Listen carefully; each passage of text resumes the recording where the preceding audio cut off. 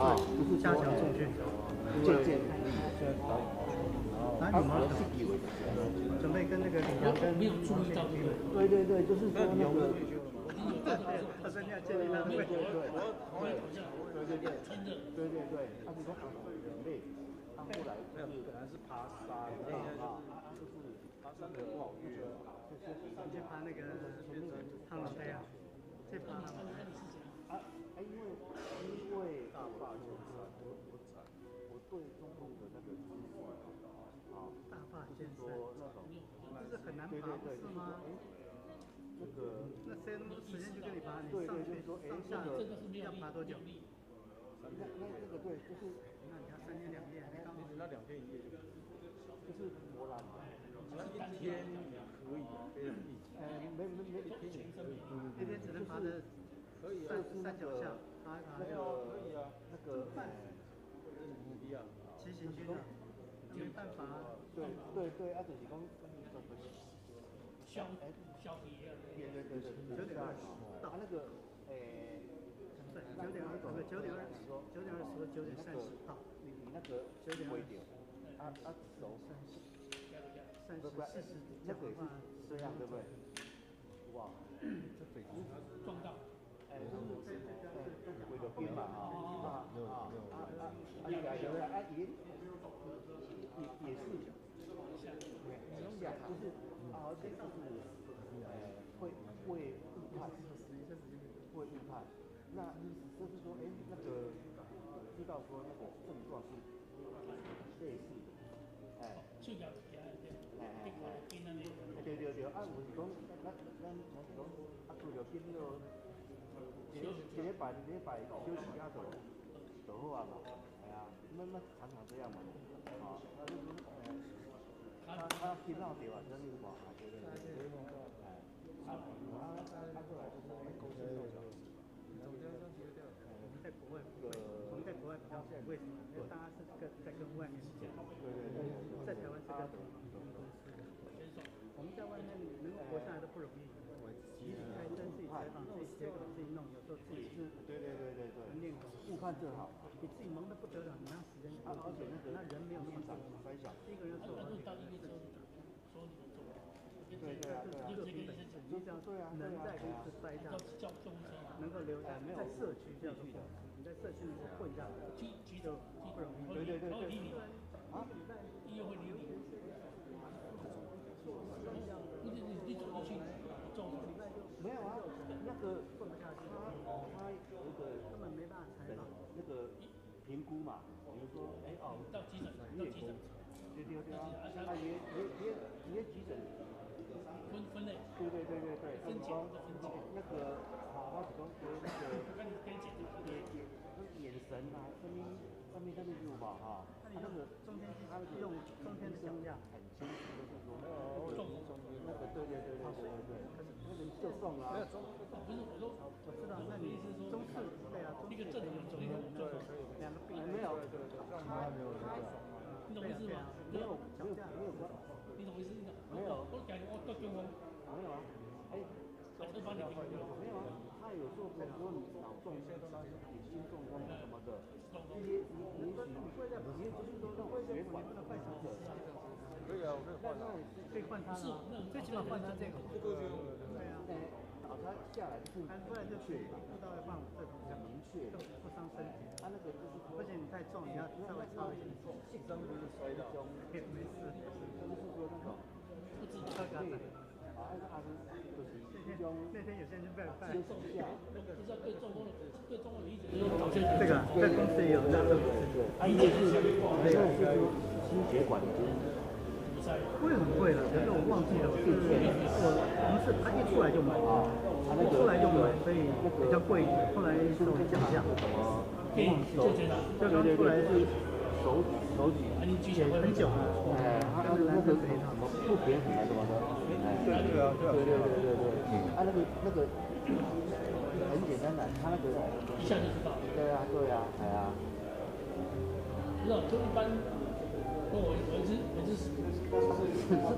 倒下来，我有一次项目受伤，那4斤5斤包，它有时候它会不会临时就打开家里，不要等到1些？不用，我就直接回家里。那你做另外一个事情，他就完全改变，就是没有，你走进去了，我没有出，对啊，我没有手包的东西，我就自己可是你没有家里，然后因为他那个对，那你在现场什么是？因为他们简单现在有那个，你说拿那个，对啊，直接就带着你们剪，这个是正常的，那个是，有时候就是加一点，以前有道理。那现在我你说还是救护人，直接跟导火机一样啊。医院去换车时候，他没有，没有，还有就是3级医生送回啊。那我有这个经验，我走进去的，我骑车去嘛，他就觉得坏掉一个就是坏。用外表啊，比如说啊那种啊，没有了，它里面它那个易碎的金属啊，爽的这种，那个对。现在有2个圈的，就是我走的，你根本穿的嘛，哎，对。如果你讲不出，两号嘛，两号，反正现在没有啊。你们有那个像你4包跟我50跟中华电信申请对的，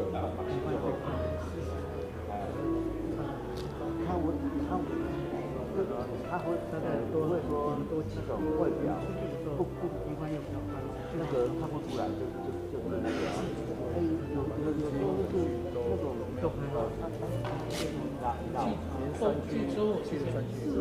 老吧，别老厚啊。厚啊，他一老那个因为有人说跟教师的那种平衡感啊，他们聊到什么话题？后续时代，就是那个对，跟你讲说他也是为住院，那现在神经病啊，就是有婚证啊那个。没有啊，就是换成我不知道，就是吃药啊。他没有做哪里堵塞？啊，没有啊，有啊，知道。因为那个什么红丝共振啊什么的，到那个换成，他们做换成，就很简单的啦。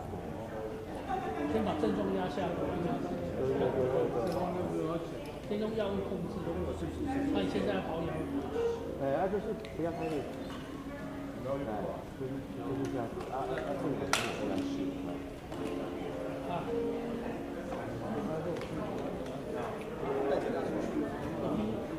那个以前就是说，一般概念就是说中风，就是把那个。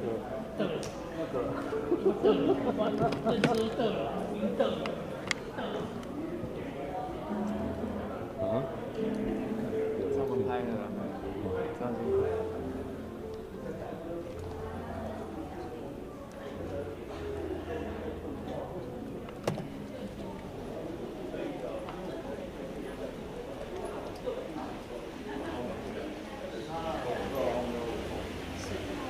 帮我们签个名好不好？来这样子。对。好，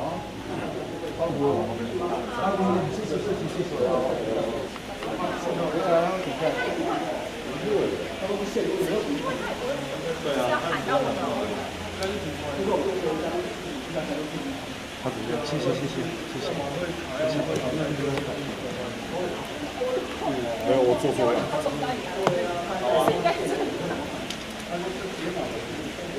反正他最后在从这个门进去了。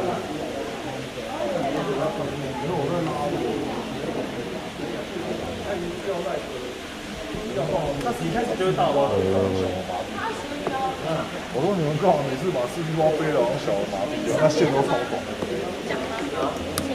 概念已经抓头了，妈被踩到我很惨。没有，我说这个线，这一点，我不是说别人骑。那你以为每个人都看不了？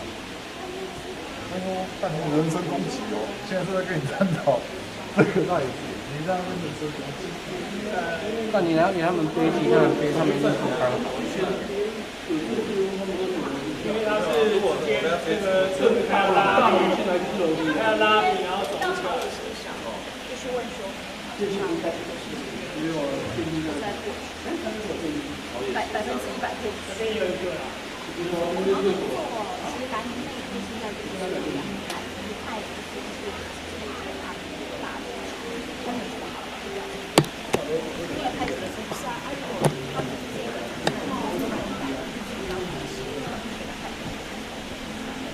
啊，你不用忙。啊，明天要查一下。为什么这个鸡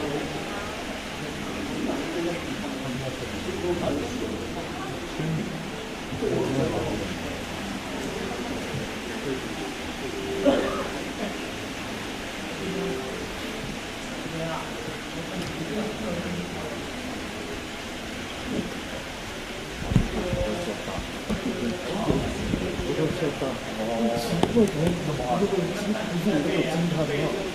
就找不到。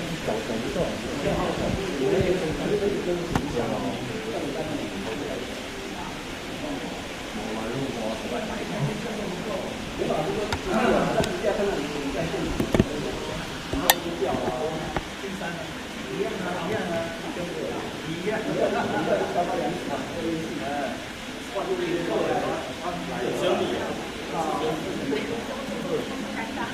的，不是我回来拿，就他。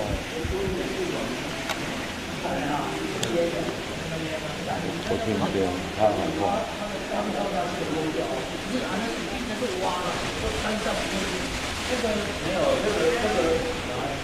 河流有满出来了，遇到了建筑，你要拿麦克吗？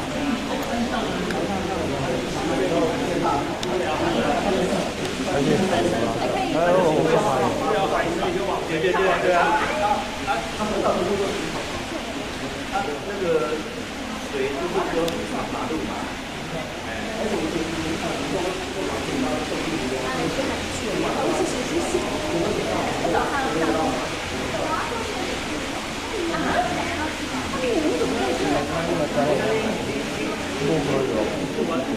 我就不用。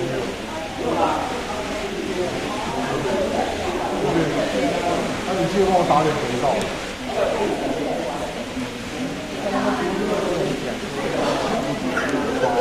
我跟你说，宅男发怒，还人家钱。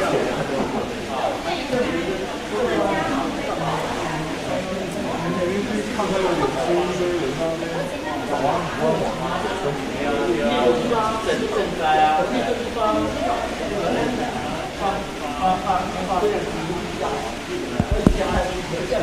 我没有开嘛。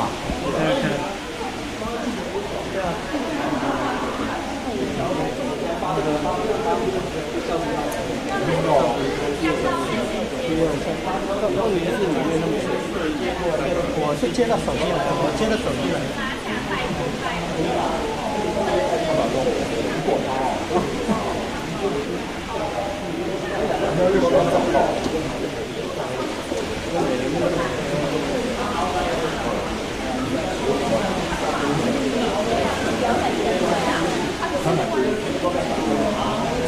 其实他在讲话，他们就说就好了，然后他摸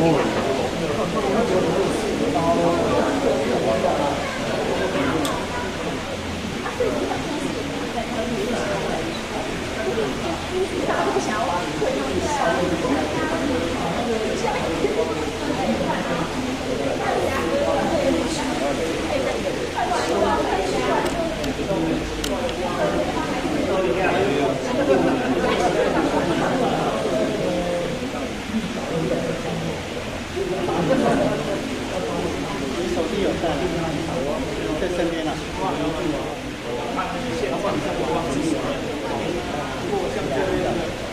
都在后面，光的话，所以没有拍到的，吃不过去，这个我离他很近，啪就会把吃过去，所以光会他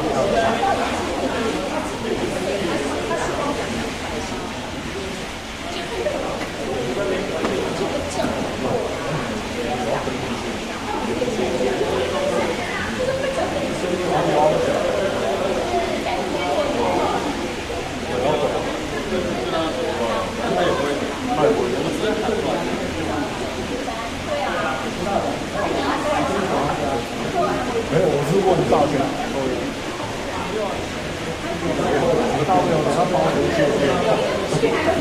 这是我们借的，这个你就一直可以用这个。我之前是我帮主播背他包，我背自己的包背他包，我背2个包，送了2个小时。结果后来他跟我说靠谱。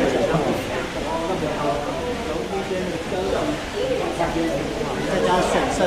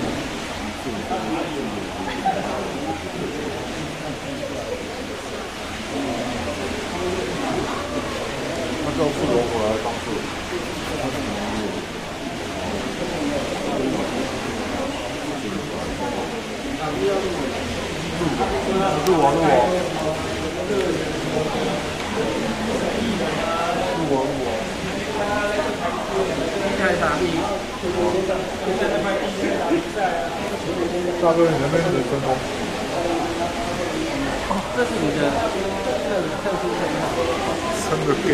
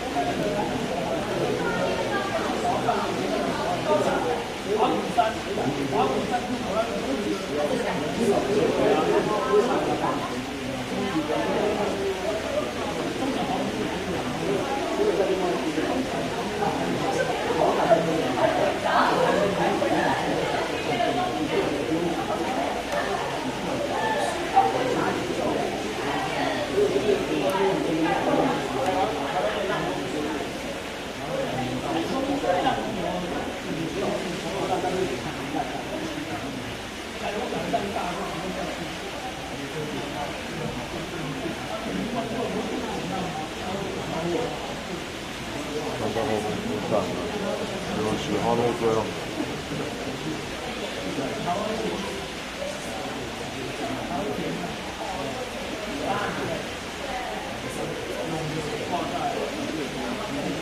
啊？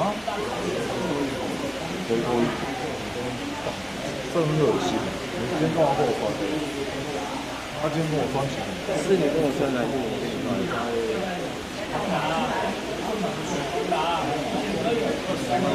我先到公司了。里面那么菜，看你们没看我先到。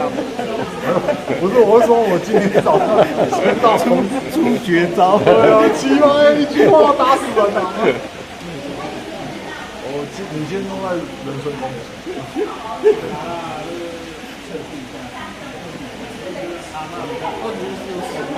我是公平啊，你我说没有，奇怪。如果说你给我听到，傻子都知道你信到了。我是说今天，我5点半就会到公司。主要是我在看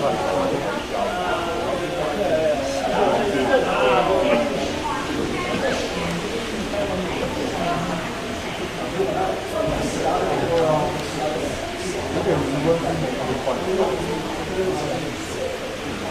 啊，开车比较快。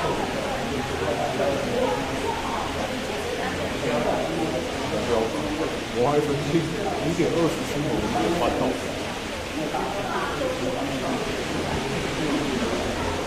我知道啊，最好就是前面。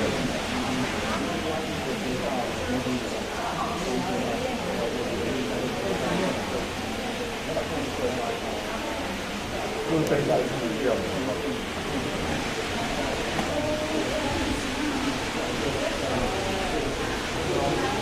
无意中。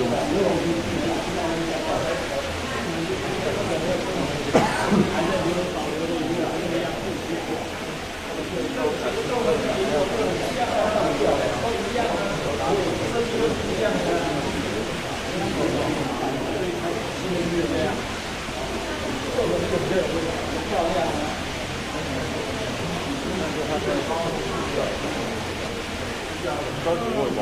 他们的人上去，多少人上去啊？都是用空对啊，我不知道他这个到底有没有听到？对啊，还要这是来自开手，我也不知道。没有啊，可是问题是技术完就开始了。对啊，这都没人。开始有问题了。对啊，下面该做的人蛮多话，也就没有。他们还在楼上吃早餐，然后下。然后过一两天去对面上休息，休息的人做到不完。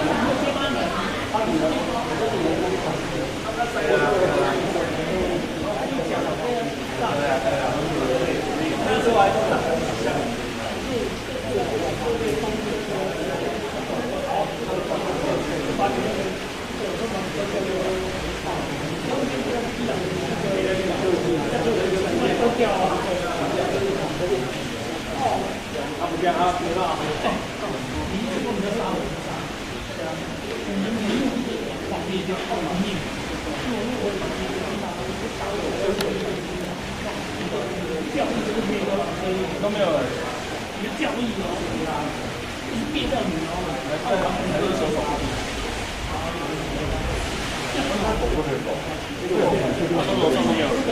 他们去门口后面接他的人，对啊，开始拖巴车，门口直接下了。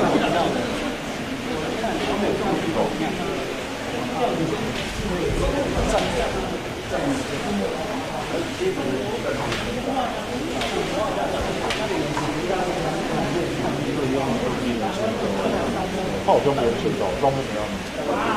对啊，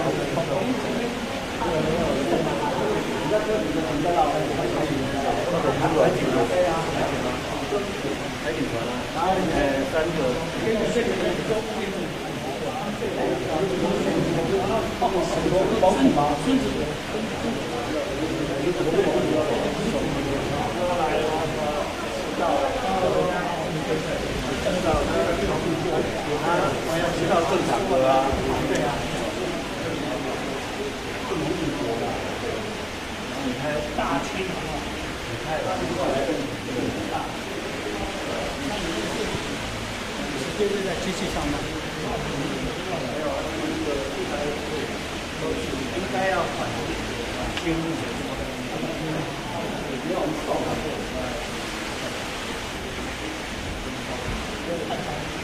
越讲越倒退，感觉他妈追到唐汉算，那个按的差不多，起按的时候起过来，按的时候，他那个现在身体垮掉。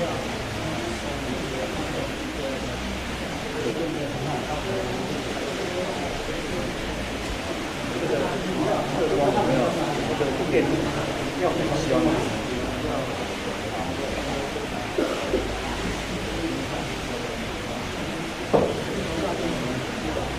以前就是侧方的这种，侧方面，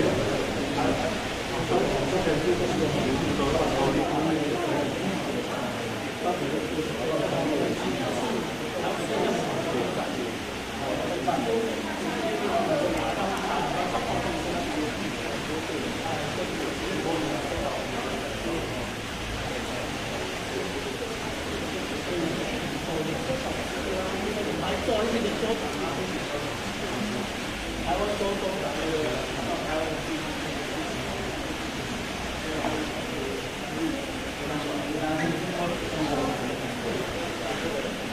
然后又到了这哦，好啦，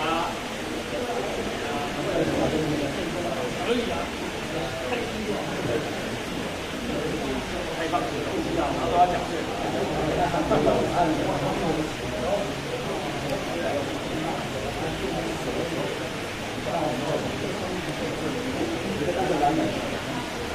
干嘛那些嘛？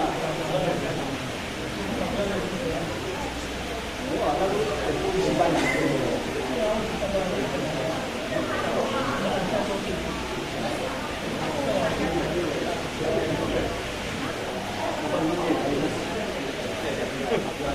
丹麦的。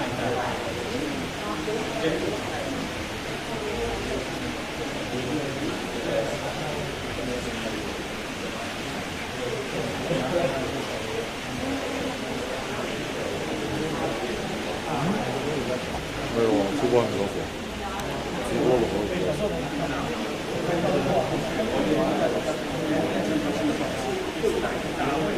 出关可以出来走，不会差大，除非一直坐在电脑前面。没差。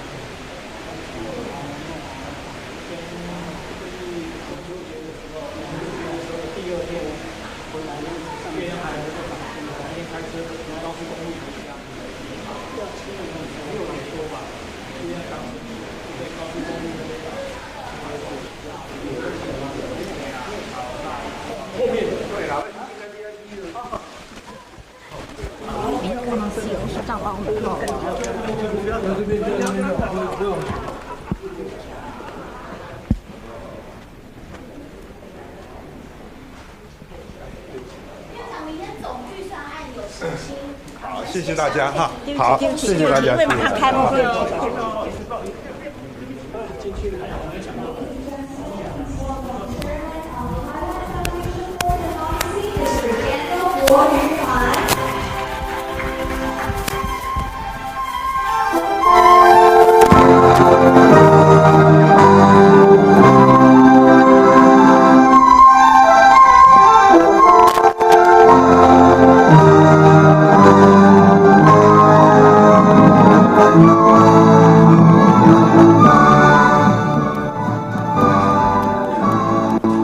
Good morning, ladies and gentlemen. Welcome to join us at 2024 East Asia Democracy Forum. I'm Angela Liu, your MC for today's event. The East Asia Democracy Forum, EADF, was founded in 2014 as an international forum to advance democratic progress in Asia. The EADF is a network of civil society movements and organizations that promotes and consolidates democratic development in the region. It focuses on strengthening solidarity in Asia and facilitating concrete strategies to assist the democratization process in Asian societies. Today's event is hosted by Taiwan Foundation for Democracy, the TFD, which was established in 2003 and is Asia's first national democracy assistance foundation. To begin with, we would like to invite to the stage TFD Chairman, Mr. Daniel Guoyu Han, to give us the opening remarks. Ladies and gentlemen, please give a warm welcome to Chairman Han.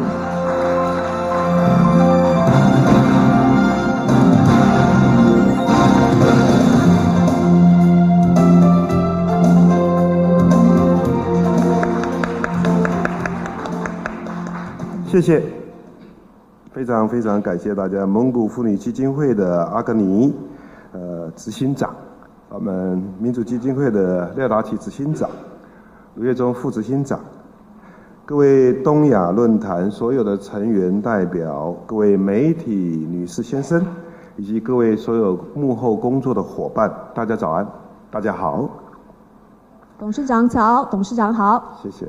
首先，本人代表台湾民主基金会，欢迎大家莅临2024年东亚民主论坛。本论坛距离上次2019年在实际的办理，已经将近有5年的时间。过去几年呢，因为 COVID-19， 所以疫情的影响，许多会议皆改为网络上来办理，大家没有办法实际见面来会谈，非常的可惜。那疫情目前慢慢趋缓，今天大家又可以齐聚一堂，本人得以跟各位面对面来话家常，来报告事情，是莫大的荣幸，感到非常非常的开心。这几年来，东亚民主论坛一直扮演着积极关键的角色，来维护亚洲的公民社会网路，透过每年持续举办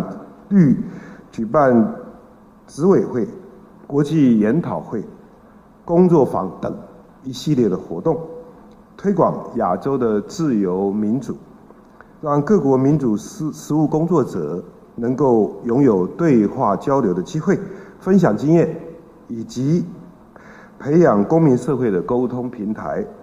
从2014年创立到现在将近10年，我们始终坚持这份民主的信念以及价值。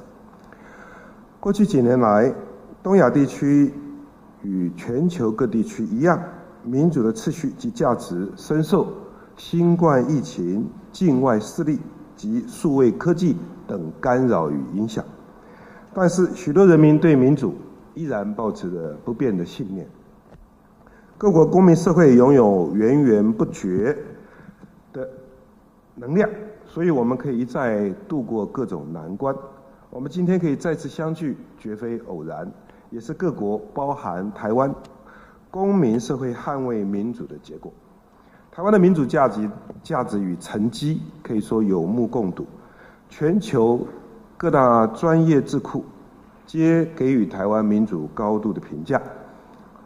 例如，我们举例来说，美国重要非营利智库自由之家 Freedom House 在2014年全球自由报告中，面向上获得了38分，公民自由方面则获得了56分，总共计94分，持续列为自由国家，在亚洲排名第2，仅次于日本。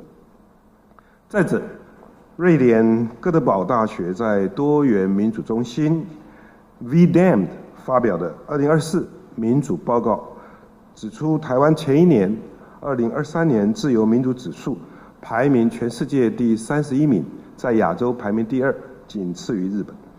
由于台湾的民主是如此的亮眼，自由民主价值已经深植在人们的心中，且社会具备高度的强韧度，因此在疫情期间，台湾人民坚守各种防疫的秩序，展现高度的媒体识读能力，让各种不同的不实在的疫情谣言不攻自破，且各个社会单位也各司其职，整个社会展现高度的社会韧性，为的就是为了守护家园，让我们能尽速脱离疫情的阴霾。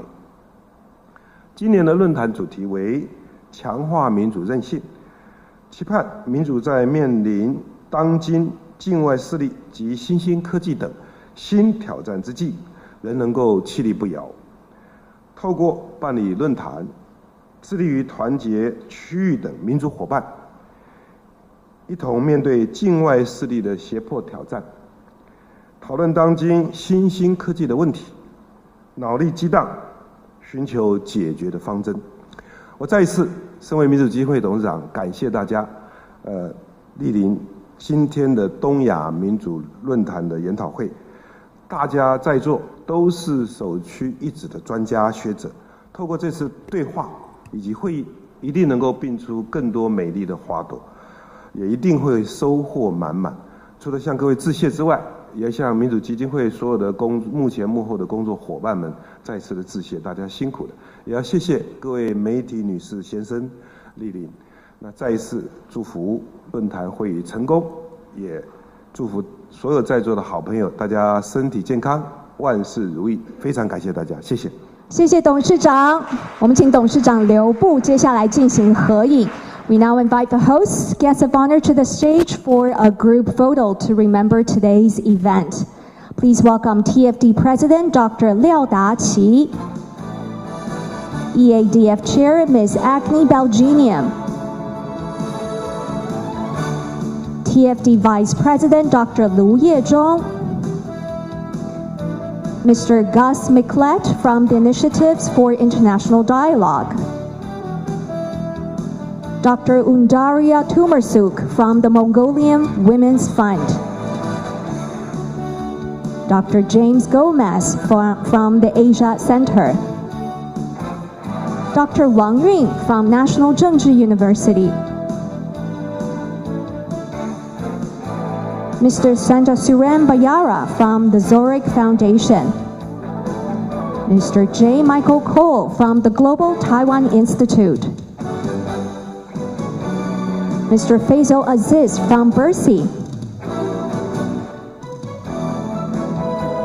Mr. Kim Chan-ho from Korea Democracy Foundation, Ms. Lulu Gung from Freedom House,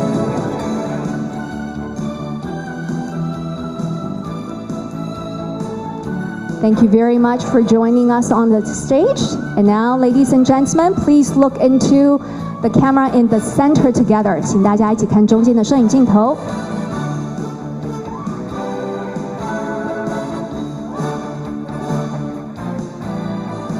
Thank you very much. And then now please look into the cameras in the back, the media cameras in the back. Thank you.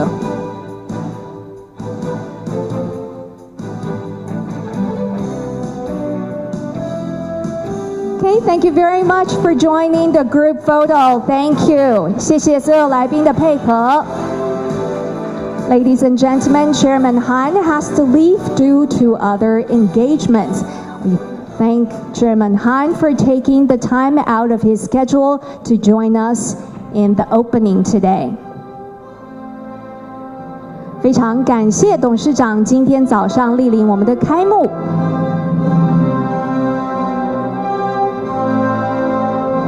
Let's give another warm round of applause to thank Chairman Han for joining us today. 我们再次以掌声谢谢董事长莅临今天东亚民主论坛的开幕。谢谢董事长 ，Thank you very much to Chairman Han. Once again, we would like to thank all the members, speakers, and moderators for your support to this forum, especially to those who have traveled all the way to Taiwan for this event. And now moving on to the first session, where we will be looking into how authoritarian regimes have adapted to undermine democratic institutions in Asia. Please welcome our moderator, Vice President of Taiwan Foundation for Democracy, Dr. Lu Yezhong. And also please welcome our two speakers to the stage, Mr. J. Michael Cole, Senior Non-Resident Fellow of Global Taiwan Institute, and Dr. Wang Yun, Associate Professor of Graduate Institute of East Asian Studies at National Zhengzhi University. Welcome.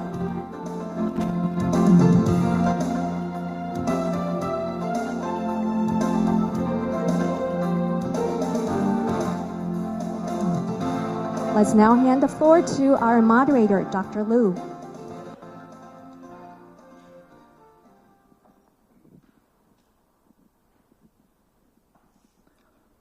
Good morning, distinguished guests, advocates for democracy, and friends from across East Asia and our board members. Welcome. It is my great honor to welcome you all to the very first session of the East Asian Democracy Forum this year. As we all know, the EADF is a network of civil society movements and organizations that promotes and consolidates democratic development in the region. The EADF was launched in September 2014 at its first full meeting in Taipei and was further institutionalized in January 2018 until today. The EADF hopes more democracy advocates and civil society organizations can exchange their ideas through the forum. We gather here today at a pivotal moment in the history of our region. As East Asia continues to grow economically and socially, the demand for democratic governance and the protection of human rights has never been stronger. This forum serves as a vital platform for us to exchange ideas, share experiences, and strengthen our collective commitment to democracy and human rights. More importantly, we are facing challenges from the biggest kid in the neighborhood, and everybody here wants to know more about how to respond, one way or another, to the changing environment. So today, we have two experts and also good friends of mine to share their observations with us. So to begin with, our expert sitting next to me is Michael Ko, a very good friend of mine. Michael is a senior non-resident fellow with the Global Taiwan Institute in Washington, D.C., and also MacDonald Laurier Institute in Ottawa, Canada, and the Taiwan Hub at the University of Nottingham, UK. He is also a research fellow and executive editor with the Prospect Foundation in Taiwan and a strategic consultant for various governments and private sector. His latest books, Insidious Power, How China Undermines Global Democracy and Cross-Strait Relations Since 2016, The End of the Illusion, were published in 2020. He is very productive, and I do admire him. Welcome, Michael. And our expert sitting next to Michael is Dr. Wang Yun. Wang Yun is Associate Professor in the Graduate Institute of East Asian Studies, National Zhengzhi University. He obtained his doctoral degree in political science from the University of California, Riverside. His primary interests include human rights, religious freedom, cross-strait relations, and transnational activism in East Asia. His current project is about understanding faith-based political prisoners in Taiwan and China. Wang Yun is also a very good friend of mine. We have known each other for more than 20 years. Yeah. And both of them are really the experts on the topic. So right now we are going to move on to their presentation. I think each of the presenters have about 15 to 20 minutes, and then after that we can open the floor and begin our discussion. So without further ado, please join me in welcome Michael first.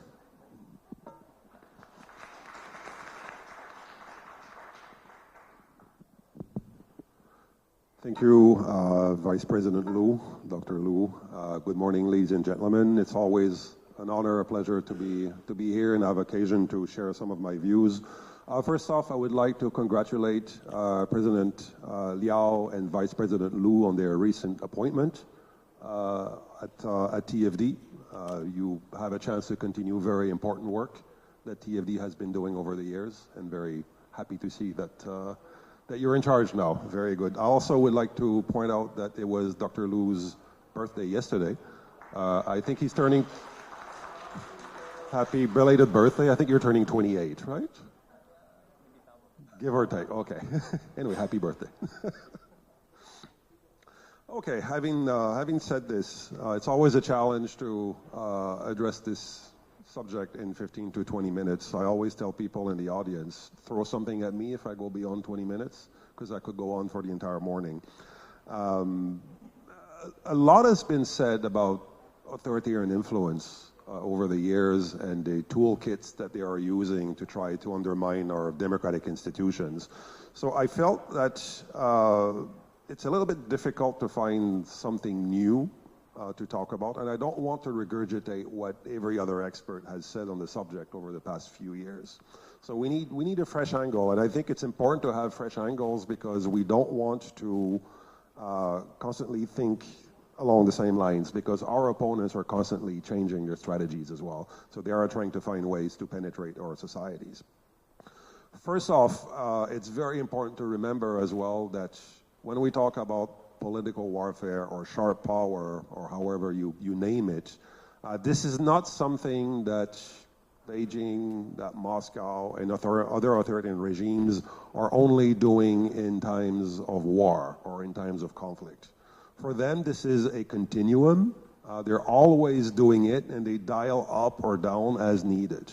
They're always on the lookout for opportunities to penetrate our societies and to weaken and undermine and erode our democratic institutions.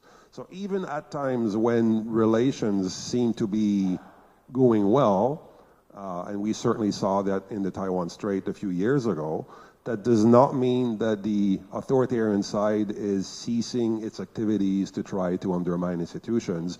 Quite the opposite. It uses that peacetime, if you will, to install elements and tools on the ground so that when tensions arise again, they have the means by which to further their political ambitions. So it's very important to realize that this is a spectrum. They're always their mindset. We're always in wartime. No doubt we are currently dealing with what I would call an axis of authoritarianism. So again, with China and Russia as the leaders, but more and more a number of other non-democratic countries bandwagoning and trying to find strength in numbers.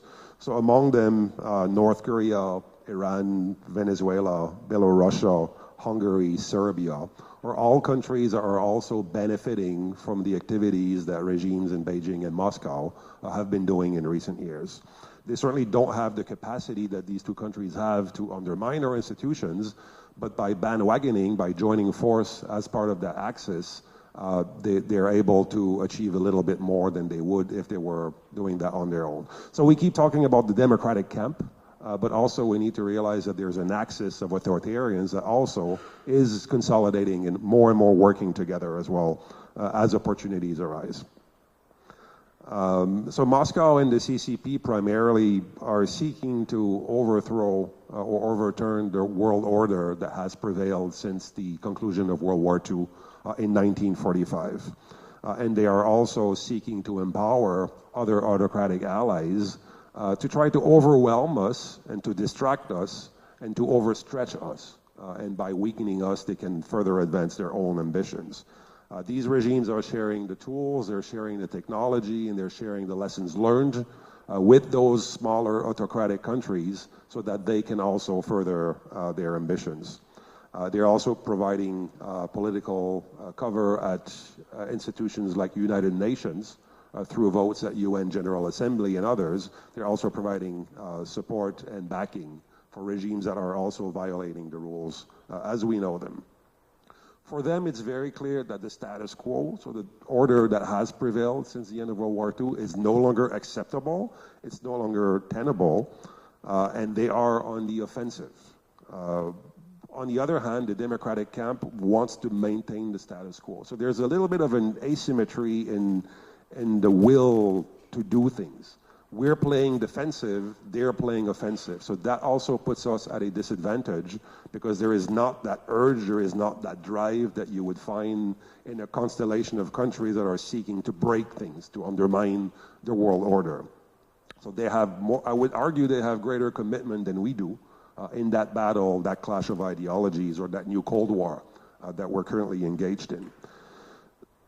So what the tools that authoritarians have in common is their exploitation of our own vulnerabilities. And this is the area today that I would like to focus on, and I think is the fresh angle that might be beneficial to our conversation on the issue. If we don't recognize that we have weaknesses, foibles, vulnerabilities, we will not be in a good position to seek to counter the detrimental effects of authoritarian influence in our own societies and institutions. So we need an honest accounting of our own weaknesses and our own blind spots.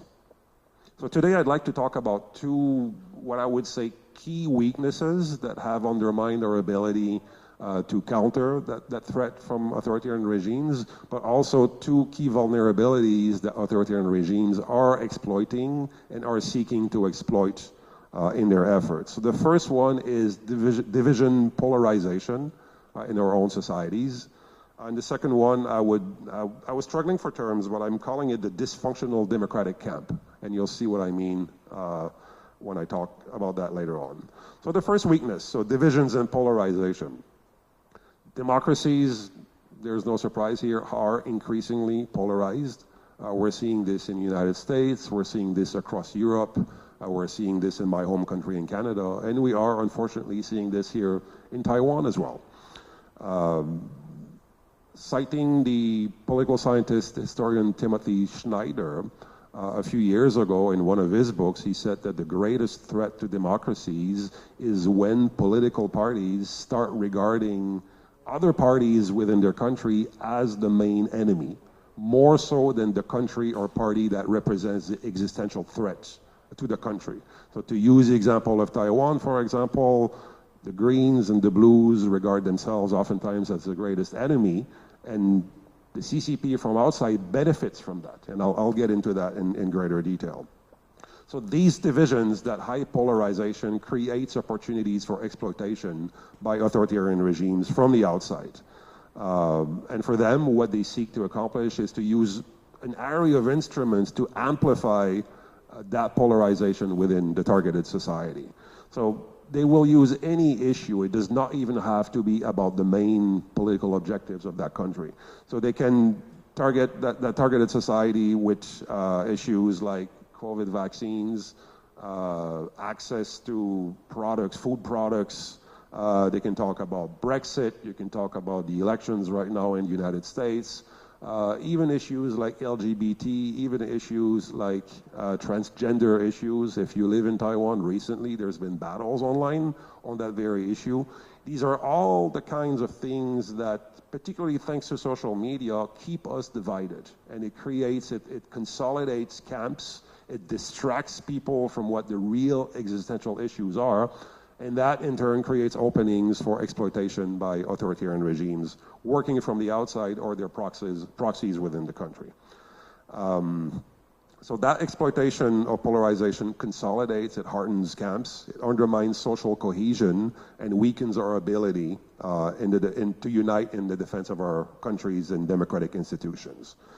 So in that particular game, or in that strategy, the external authoritarian regime also relies upon what we call proxies. So those are co-opted individuals, institutions, whose main role it is to amplify, to assist the external activities of the authoritarian regime. So co-optation is I would say, one of the principal instruments in the authoritarian toolkit as they seek to undermine our societies and advance their own interests. So co-optation occurs at different levels. It can be politicians, they could be current, they could be former, it could be heads of state, current or former, it could be entertainers, it could be academics, and it could be, I hate that term, but influencers. So the people on YouTube, on I don't use a lot of social media, so I can't name them all, but YouTube, TikTok, Little Red Book, Instagram, Facebook, you name it. There's a lot of activity going there, and that has been seized upon by authoritarian regimes as well in recent years. I will use one recent example of the uses by authoritarian regimes of influencers and proxies, and that would be the days or the week leading up to the Joint Sword 2024B military exercises that China held around Taiwan a couple of days ago. What we saw is from politicians, current and former, and artists who work in China, creating or shaping the informational environment in a way that suggested that China had no choice but to respond to a provocation from Taiwan. And by creating that image, you have an authoritarian regime that is using a Coast Guard, a militarized Coast Guard, and the armed forces to threaten a democracy over something that actually never happened. You had a number of voices saying that President Lai Ching-te had somehow failed to reach out in response to an olive branch that had been extended by Beijing ahead of the Double 10 national holiday. A lot of us who watch these things very closely were looking for that so-called olive branch, and we have no idea what it was. We don't know what the said olive branch was, and in reality, there wasn't one. And yet, you had a constellation of influencers on social media who tried to create the impression that it was Taiwan that provoked those military drills. So these are one things. If you're not based in Taiwan, you're not paying attention, and you live overseas and only pay passing attention to what's going on in the Taiwan Strait, chances are you're going to conclude, yes, Taiwan must be to blame. It's probably President Lai who's to blame for China that had no choice but to respond militarily to some sort of provocation. So this is one area where I think influencers can really shape the discourse, the environment, in favor of authoritarian designs. But you also have proxies that do not generate disinformation or misinformation or narratives, but simply are amplifying divisions that already exist within societies. So not every person who says things about the DPP government is necessarily a China proxy. In reality, most of them probably are not, and most opposition parties are not China proxies. But by further consolidating the divisions, by themselves using disinformation, they are making the life of authoritarian regimes, in this case Beijing, easier because they themselves are consolidating polarization in Taiwan, and they are creating new issues that can also be exploited by content farms, by social media under CCP control, the PLA and whatnot. So when you combine these two, so you have these divisions that are not ideologically aligned with the CCP, in Taiwan's case, and the proxies, then what you're seeing is an environment that is very, very conducive to the weakening of society, and that certainly helps regimes like the CCP to advance their interests within Taiwan, and weakens their ability to deal with the existential threat. The second, moving on, the second existential weakness is the dysfunctional democratic camp. So by this I mean, and again, up until recently, I also led the program at the International Republican Institute on countering foreign authoritarian influence. And I had a chance to travel to many countries and work with several partners, some of whom are here today. So that gave me I think important insights into how the democratic camp is seeking to respond to the threat posed to our institutions and democracy by authoritarian regimes. And I think it helped me identify areas where there might be some dysfunctionalities and weaknesses that we really need to think about. Because if we keep doing the same thing over and over and over again, I maintain that we would be at a serious disadvantage. So for one thing, I would say that there's a certain lack of urgency, I would argue, in the capitals of the countries that are providing most of the funding for the countering work that is being done globally. And the reason for this is that, again, speaking for myself, I've lived here in Taiwan for almost 19 years now. It is a lived reality. We are a frontline state. On a daily basis now, we see what the Chinese military is doing to threaten us, but we also experience the different means by which China uses political warfare to undermine our institutions. So for us, it's very easy, especially people like the people in the room today, we live that. That's a part of our work. This is a lived experience. This is something that is real, that is concrete, that we experience on a daily basis.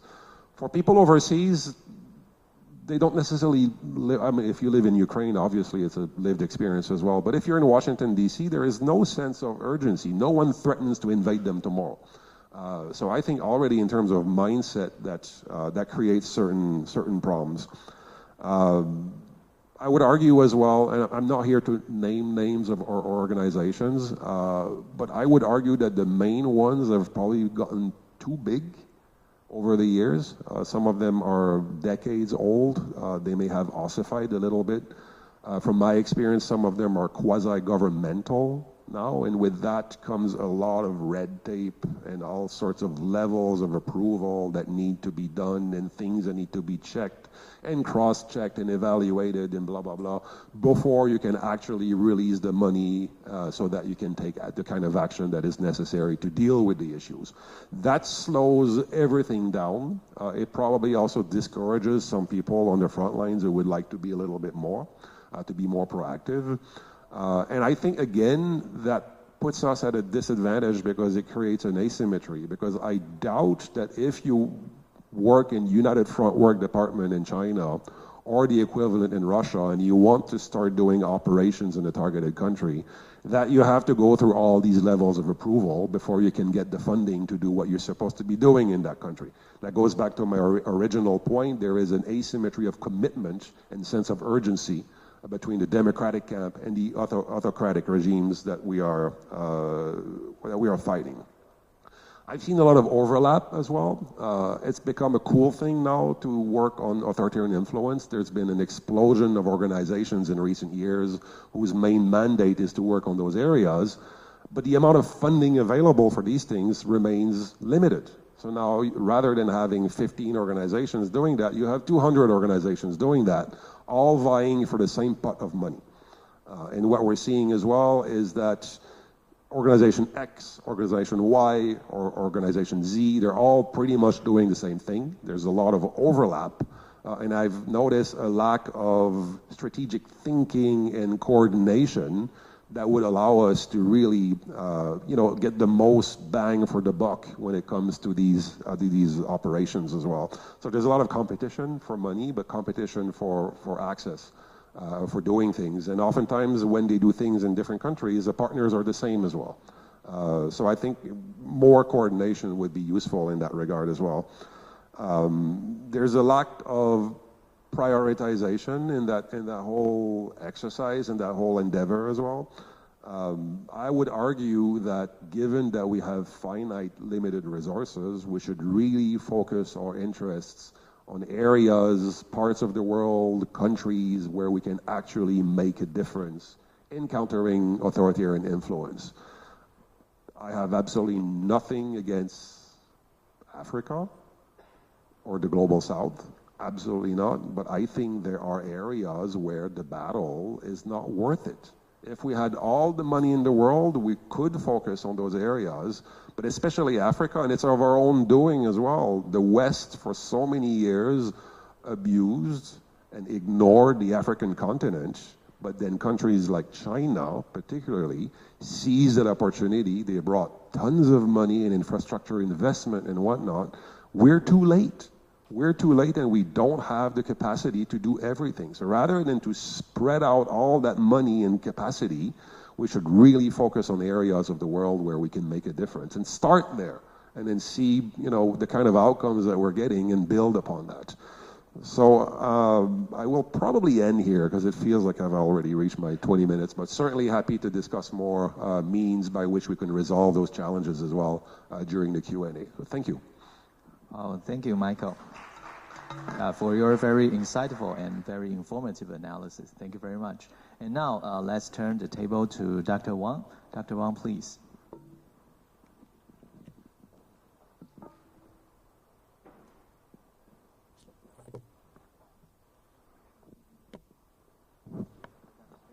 I want to share with you some pictures, so that's the reason I have the PowerPoint slide, so hopefully you can see it more clearly.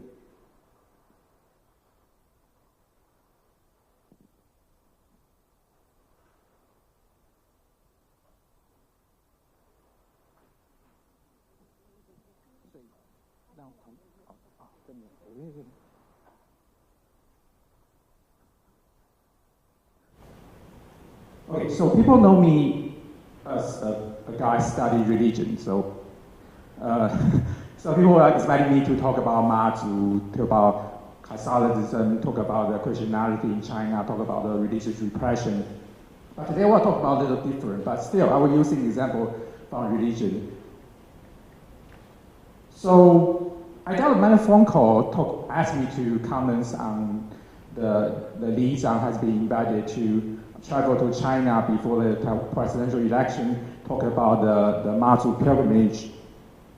Other folk religion in Taiwan were invited by Chinese authority to visit China, and many people call this United Front, right? Many people call this infiltration. Many people call this I want to second Michael just mentioned. This is one of the area, right? We have the vulnerability because people have very different ideas, people have different identities, people doing many different things. Some of those things will be utilized by the Chinese authority to divide and to weaken our society. So that definitely is an issue. So today we're talking about the part of the solution, talk about my idea about solution. And I want to break it in advance, say, well, my solution is more focusing on the civil society. And I'm very happy to know that we have the Mongolia Women Fund people, and we have the Freedom House people. I just visited Mongolia in June, and also the Freedom House just last month. So I believe civil society is a solution because we have such a diverse group of people. We have very different values, we have very different ideology, we have very different identity. But that's a good thing. Well, I will talk about why that's a good thing later, but just bear with me. So also bear with me, I have to talk a little bit about the literature because I think most of the current solution we have are in the literature, right? We have basically three groups. So the 在地协力者, right? The local collaborators or the influencers, right? Just the Michael just mentioned, the people or the proxies, right? People getting money, getting some benefit from the Chinese authorities, so they become the danger to our total democratic society. And the second group will be talking about the sharp power, right? So we have many writers, we have many scholars talking about how China used the civil society organization, like the Institute of the 孔子学院, the Confucius Institute, as a means to infiltrate the democratic society.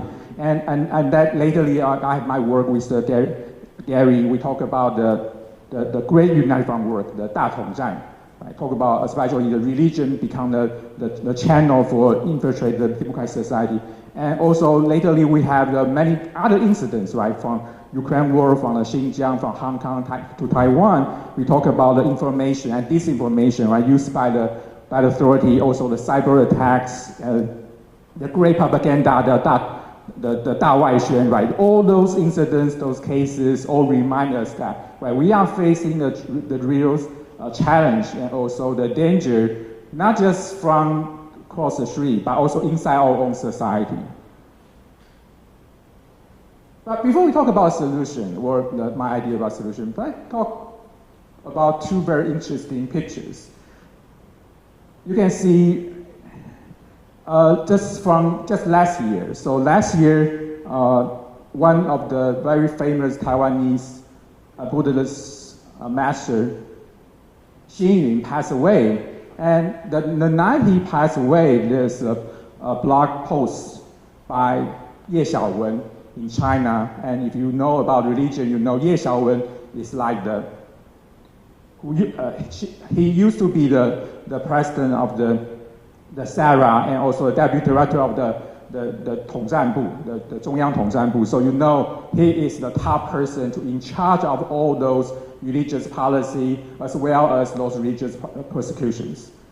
So, but this guy, right, from the atheist Chinese Communist Party, in charge of religious policy, playing cello. So that's the picture he posts online. Okay, he personally posts online to show his respect and memory of this Taiwanese monk, and saying, well, 蓦然回首，那人却在灯火阑珊处 means I miss you, my friends, even you pass away. So if you know the news about this event, you know later after the death, there's a trouble between Taiwan and China because the Chinese authority want to send a delegate to attend the funeral, but our government say no. So they become a big event and dispute between two sides. Why a Chinese Communist Party member played cello for a Taiwanese monk? Right? Think about that. I think this is very surreal, but also very, very interesting to look at how religion play a role in the cross-strait relations. And that's the second one. That's a few years ago in 2010. That's another top Chinese religious affair officers visit. By the way, that's taken in Taiwan, in Taipei and Kaohsiung. So Wang Zuo'an, the director of the SARA, visit Taipei and meet with two very important figures of the Taiwanese Catholic Church, Hong Shan-chuan and Shang Guoxi. So that's also very severe pictures. If you know about the Vatican-Taiwan relations, you know the breaking up the diplomatic tie is on the table, and for many years, and people talk about the timing. So I got a phone call actually from a journalist asking me about, well, were we losing Vatican this year or not?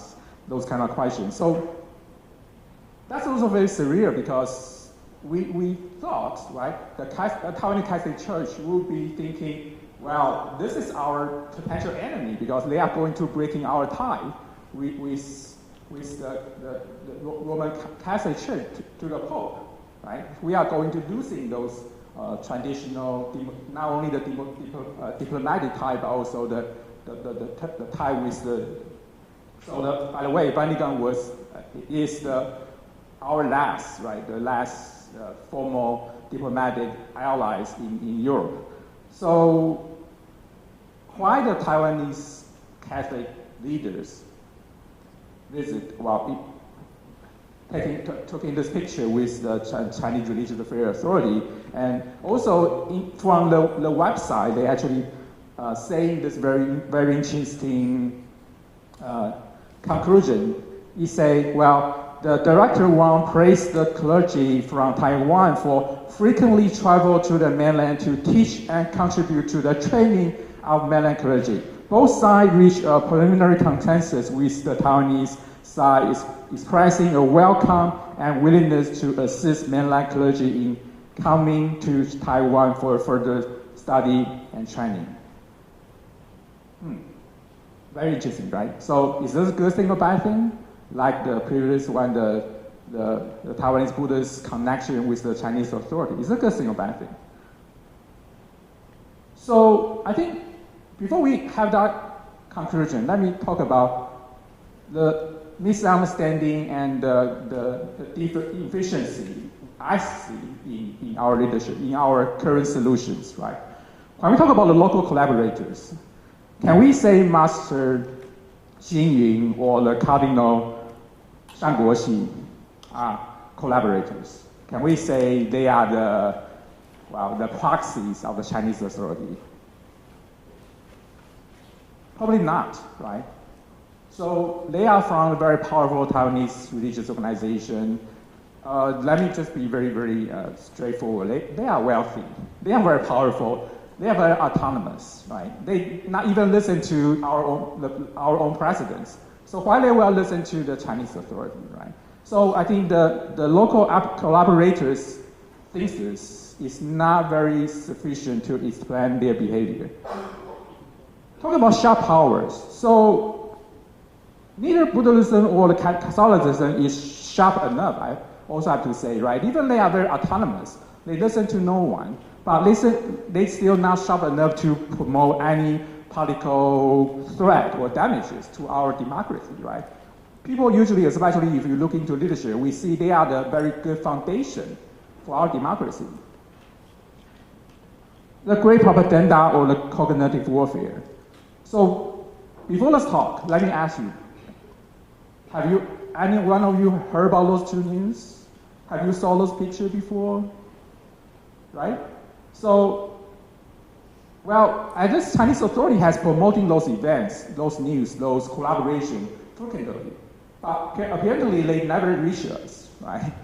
So nobody knows. We don't know.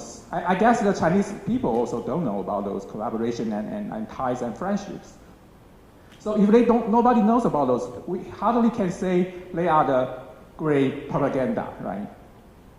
So what's going on? Do we really understand what the CCP is doing in the civil exchanges and engagement?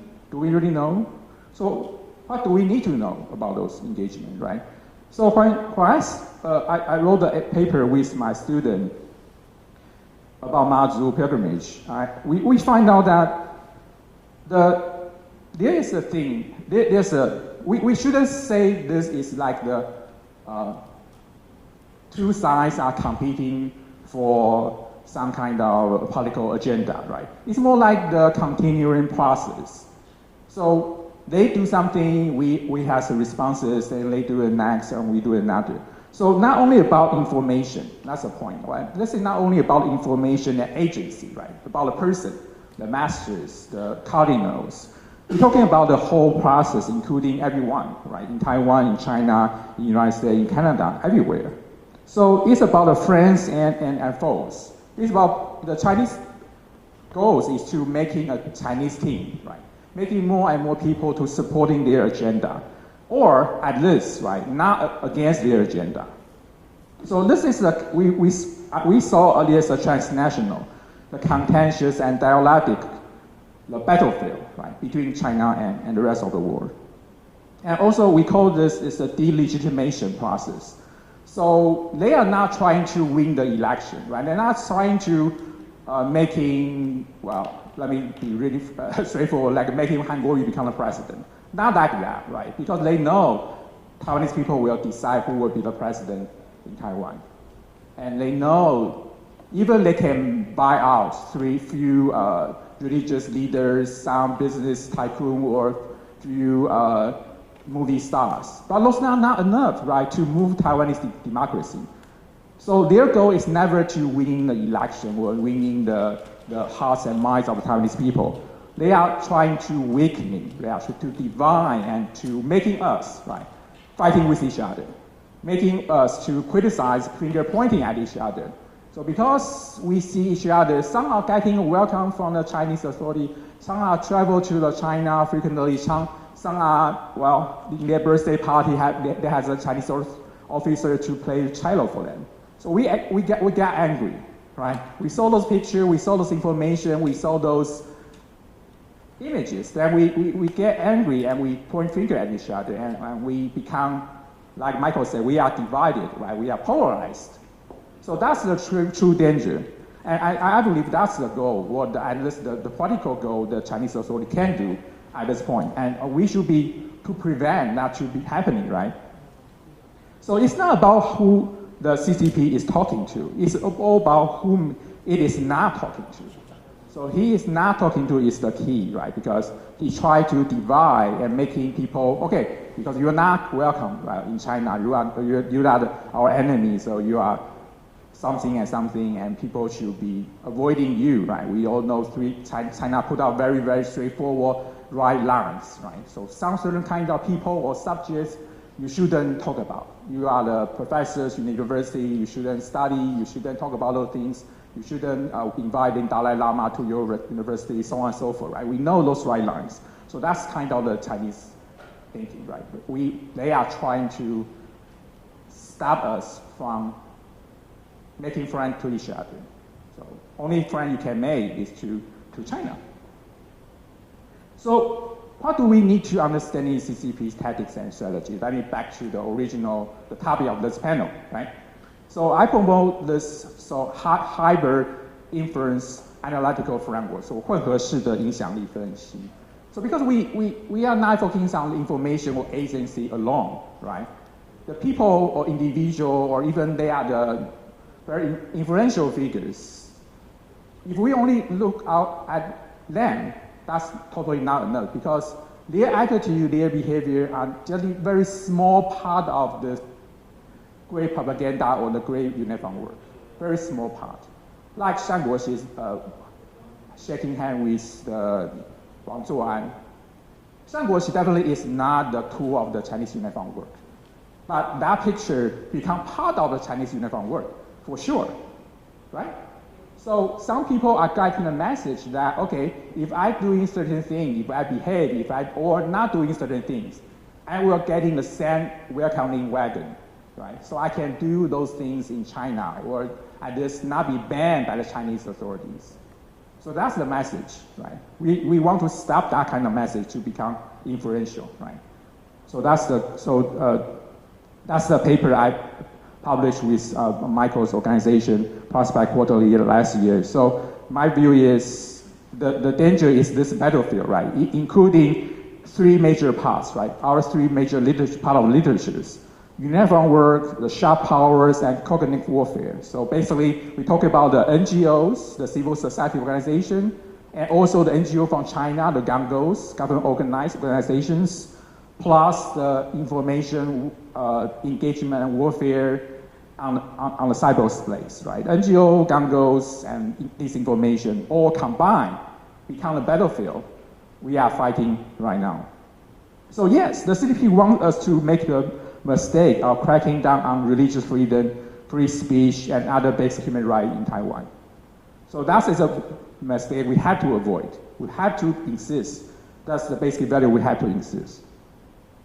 Okay, so that's the thing I want to share with you today. Hopefully I give you enough information because I can, like Michael said, we can keep talking for the whole morning because that's our passion and study for many years. So again, thank you.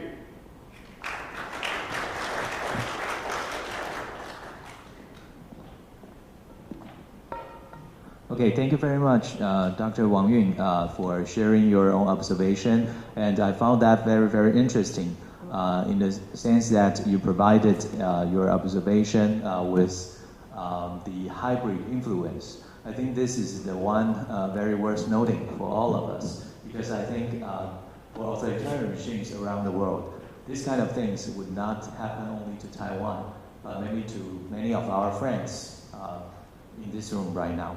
Okay, so let's open the floor. We have about 15 minutes, so please feel free to raise your hand. And if you want to share your comments or raise questions to us, please identify yourself first. Okay, the floor is open. Please, don't be shy. Yes. Hi, Kevin Slayton. I manage the Freedom House office here in Taiwan. One thing that this conversation is making me think of is an ongoing sort of open and sometimes not open, sort of suppressed, very key question about access, not access, that's not the right word, allowing greater exchange between Chinese and Taiwanese citizens, particularly making it easier for Chinese to come to Taiwan. And I'm really curious what you think about this larger debate, given that obviously opens up additional routes to do some of the things, use some of these tactics. But on the flip side, and I realize why you're not talking about the flip side, given the topic and time, the flip side is there are benefits for the pro-democracy camp of having access to and relationships with Chinese people. You know, those routes also open up opportunities, not just threats.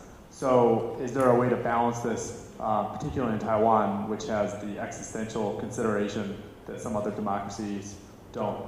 Yeah, I'm very curious to know your thoughts on this within this context. Okay, thank you very much, Kevin.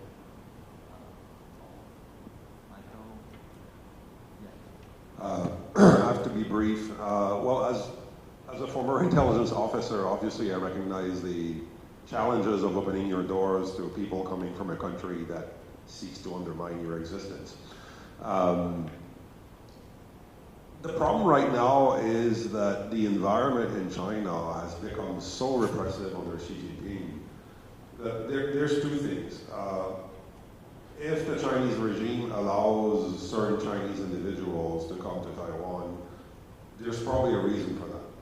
So they're either receiving guidance from the CCP or they're going to be monitored and surveilled against. The other problem as well is if they come to Taiwan and they interact with organizations like TFD or the Taiwanese government and whatnot, chances are those Chinese individuals going back to China, they and their families are going to get into trouble with the CCP. So we don't have the kind of permissive environment in China right now that allows that. I completely understand and agree with your point that the Chinese side, and I would argue the Taiwanese side, would benefit from having greater exchanges.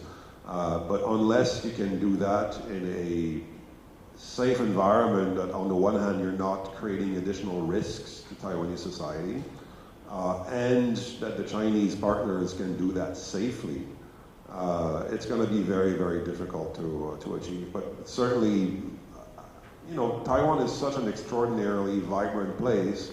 It's hard to imagine that people would come from China and not be impressed with that. and not want that for themselves as well. But we just need to find the proper environment in which those types of exchanges can occur, and I don't believe that's possible right now under Xi Jinping. Thank you, Michael. That's a good and very hard question. I guess my short answer to that will be just keep the door open as much as we can. And also, I think in this case especially, we need civil society, especially because many Chinese people come to those events will be safer because they are not political, right? Well, apparently they cannot come to this event because the TFD has been banned by the Chinese authority, right? But there are other, if this event will be holding in my university, for example, in Zhendang, that would be a different story, right? The more Chinese scholars and students and others could potentially attend. And that would be an opportunity for us to reach them, also they to contact us, right? And I guess the religious organization as well. So we see, for example, if you look at the Chinese officers who have ever visited Taiwan, the first stop of them will be always like the Muslim temples. Why? Because this organization become, well, on the flip side, there will be the proxies, right? There will be a proxy for the Chinese United Front work or infiltration, but at the same time, there will be the proxy for us as well. Because we can use those organizations and those non-political events to become the bridge for us and them to be able to keep talking to each other for the better or worse. Yeah. Good. Thank you very much. Yeah, I think it is quite important to keep the door open, but I tend to agree with Michael and also Dr. Wang. Under the current circumstances, especially I believe in the case of China, because when we are talking about China's soft power or fake news, those kind of things, we also need to factor in the current situation in China right now, politically, socially, and economically. We all know that right now, maybe China is encountering certain kind of economic challenges in terms of development. 朋友都知道我是很挑剔的，防晒乳我选 KISS 皇家呵护抗光清爽高防晒凝露，因为它有媲美蓝光神盾的抓藻植萃，保护我在阳光下延缓肌肤老化，维持青春弹力，可以防御工作环境里的 3C 商品。 各种光源对肌肤的伤害，擦起来清爽不黏腻。我特别喜欢它做到海洋友善，365天，天天抗光抗老化，是我的保养日常。你呢？呵护您，呵护全家人，专属你的 KISS Royal Care 抗光清爽高防晒凝露。